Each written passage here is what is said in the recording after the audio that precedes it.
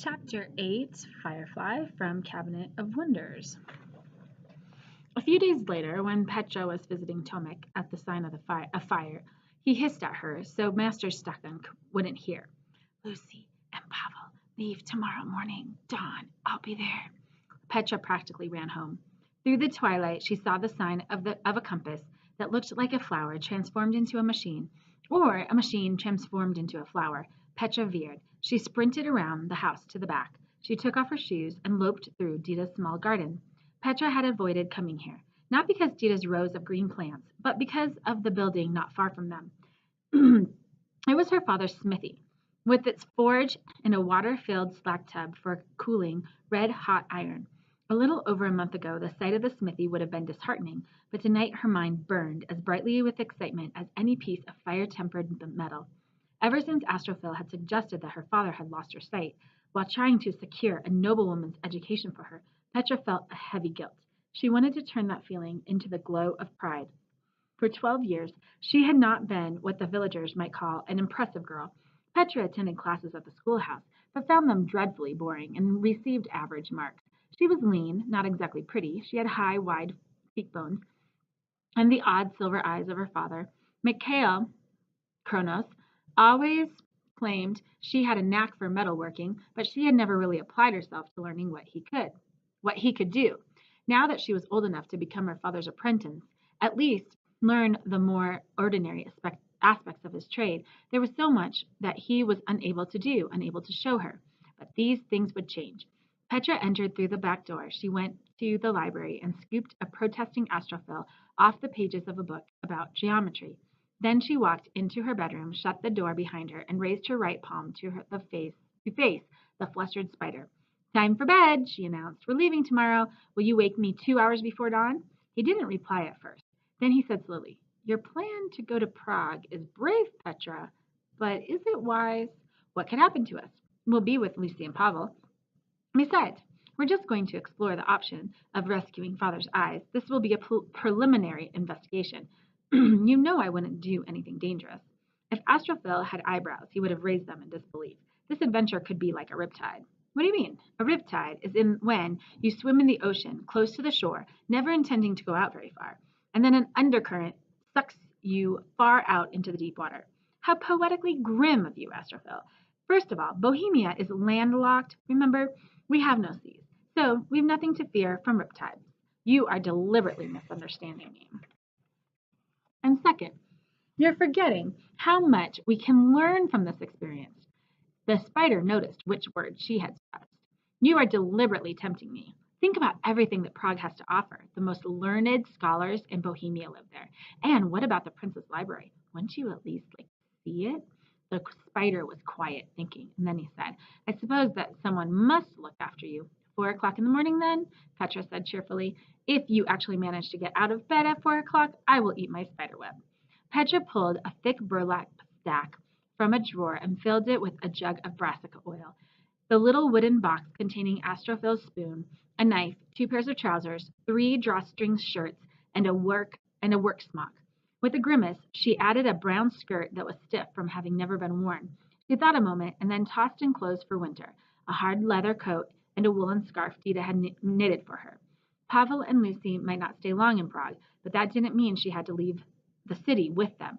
She blew out the candle. She would pack the rest of what she needed in the early morning, when she was less likely to draw the attention of the family, or the rest of her family. David, she was sure, was still awake in his room on the top floor above hers.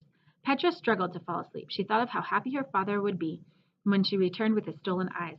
She would suggest new tin pets to craft, like a firefly.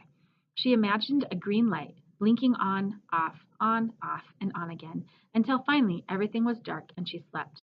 Astrophil had to pinch her several times before she sat up. Ow! Astro, is that really necessary? Perhaps, perhaps not, but it is entertaining. Petra dragged on her clothes, still sleepy. She took a sheet of paper down from the shelf, along with a goose quill and a pot of ink. She forged the note from Dita to Lucy and Pavel. She blew the ink dry. Then Petra ripped a scrap from the empty bottom of the page and tucked the forged letter in her bag. Inking her quill, Petra bent over her desk again. On the scrap of paper she wrote, Dear Father, Dita, Joseph, and David, I'll be back soon. Don't worry about me. Love, Petra. Petra shouldered her packed bag. She softly stole across the hall to her father's library, then began rifling through books and papers. What are you doing precisely? Asked Astrophil. Looking for drawings or notes about the clock, she replied. Her father's loss was connected to the clock, and she needed to have as much information about it as possible. When false dawn began to brighten the library, filling it with gray light that comes just before the sun rises, Petra gave up. Her father must have left any papers about the clock in Prague, probably in the hands of the prince. There was one thing left for her to do. She unlocked the safe in the floor and took some krona, not much. Then she resealed the secret compartment. She was ready to leave the room when something about the floor caught her attention. In the smooth wooden board hiding the safe, she saw the pattern of extremely tiny holes. She wondered why she had never noticed them before. Perhaps they could be seen only by dawnlight. Certainly she had never been awake this early to gaze at the floor of her father's study, or to do anything at all for that matter. Ahem! Astrophil tapped one leg impatiently. Petra ignored him. She inspected the floor more carefully. She noticed a dusty rag at the foot of one of the bookshelves. She pulled it aside and saw, to her excitement, a constellation of holes smaller than the point of a needle bored into the gleaming wood. She climbed up the ladder to the dandelion for a second time, her heart beating. Shifting aside a book on water fountains, she blew once on the flower. The seeds did not budge. She shook the stem, but it simply bent back and forth without shedding any of the seeds. Nothing worked. Astrophil said. Again, I must ask, what are you doing? I'm not sure, she admitted. Petra glared at the dandelion. She felt like shaking it again just to relieve her frustration, but instead she pushed the book back into place. But as she did so, something occurred to her.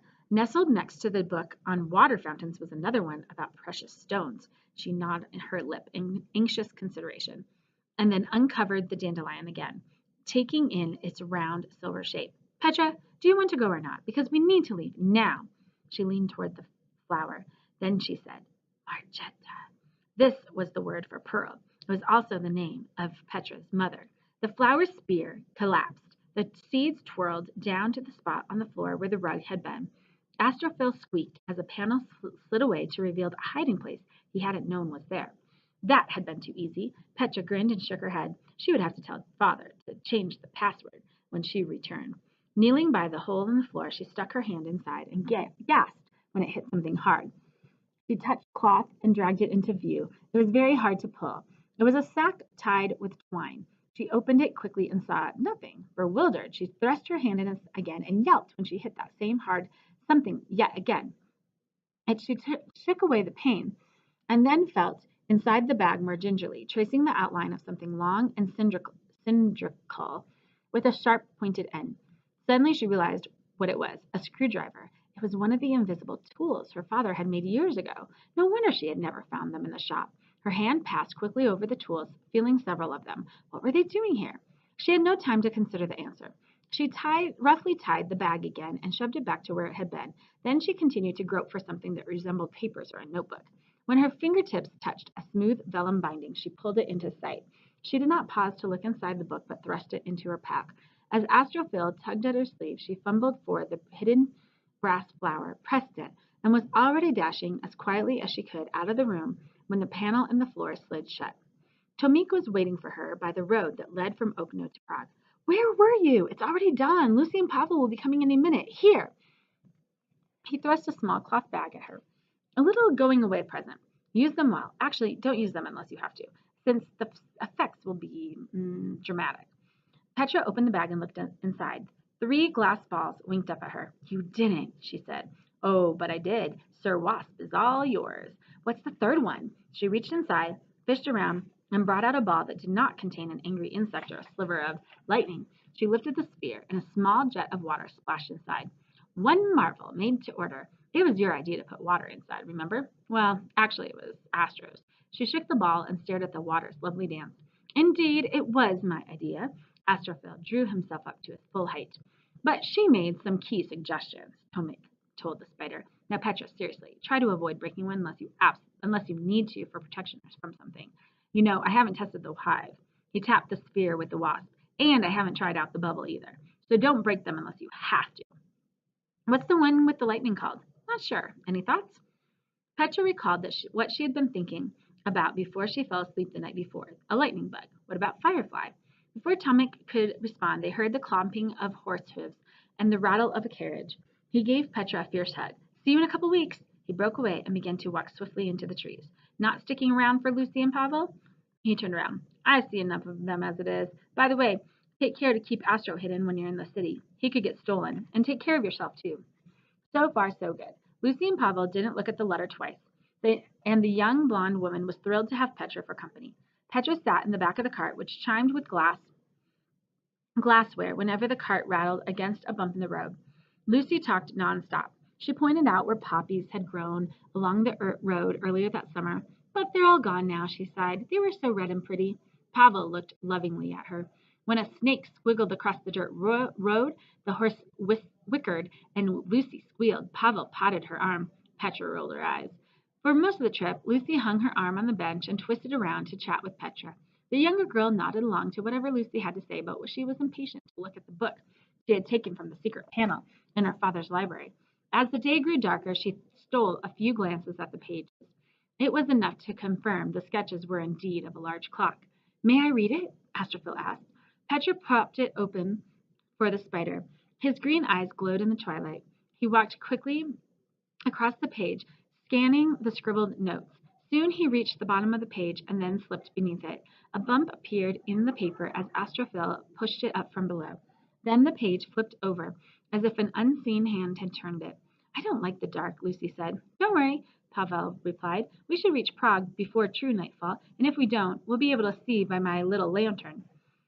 Petra snorted, then coughed to hide her noise of disgust. Little Lantern was Pavel's nickname for Lucy, whose name meant light. Petra's own name couldn't have been more opposite. When each of Margetta Kronos' sons had been born, she had given him the same name, showing a stubborn streak that Petra might have appreciated. Born years apart, the boys were named Petrak, which means rock. The first two sons each lived as long as a cut lilac branch in water. For a week, they breathed shallowly, barely cried, and refused to nurse. Varenka massaged their limbs with oil and wine and rubbed honey on their gums. She offered to concoct a drink of mummy. This is a syrup made from the body parts dug up from graves and then boiled. Mummy is supposed to ward off death, but Margetta refused each time Varenka offered, saying that nothing could save the babies, and she would not make their brief lives painful in any way, including forcing them to drink a vile liquid that wouldn't work. Varenka was offended, but didn't argue. After all, Margetta Kronos could tell the future. When she became pregnant for the third time, her spirits got heavier as her body grew.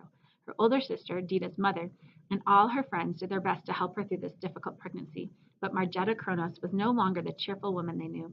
Her husband had been distressed by the deaths of their first two sons, but he refused to give up hope for his third child.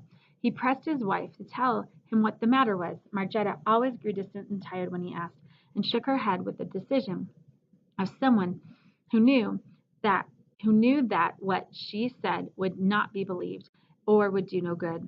When she gave birth, it was to twins. The first child was a son.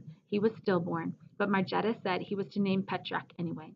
The second child, a pink, healthy, squalling girl, she was wrapped in clean cloth and given to her mother, but by then Margetta was too weak to even hold her. Mikhail cradled the girl in his arms instead. Margetta opened her eyes and spoke to the infant. I worry for you. The future is not clear, love. And then she added strangely, the horseshoe makes its own luck.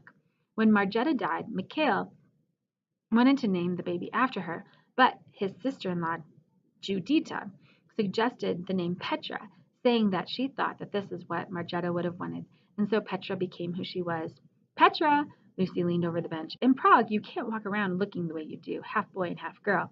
Maybe people in Okno don't care how you dress, but in Prague, people will look at you oddly. You should comb your hair and wear something more suitable, more ladylike. Petra considered this. May I borrow a comb then? Lucy handed one to her. Then she turned around and faced the road, settling into her seat with the satisfaction of someone whose words, after many years, have finally been listened to. When Lucy's back was turned, Petra dug the knife out of her pack. She opened it and proceeded to saw away at her tangled hair, cutting it so that it fell just to her shoulders, like Tomik's. Petra worked the comb through her newly short hair, screwing up her eyes in pain. When she had untangled most of the knots, she enjoyed the way her hair swung about her neck. She felt lighter, freer. "Thanks, Lucy," she said to the woman's back and passed the cone. Lucy turned around with a smile that got stuck somewhere along the way. She gasped. "Petra," she whispered in horror, "you look like a boy." Pavel, who had been keeping his eyes trained on the road, stole a glance over his shoulder. He let out a long whistle. "Dita is going to kill you," said Lucy. "What else is new?" Petra shrugged and tossed her hair out of the cart for the birds to make nests.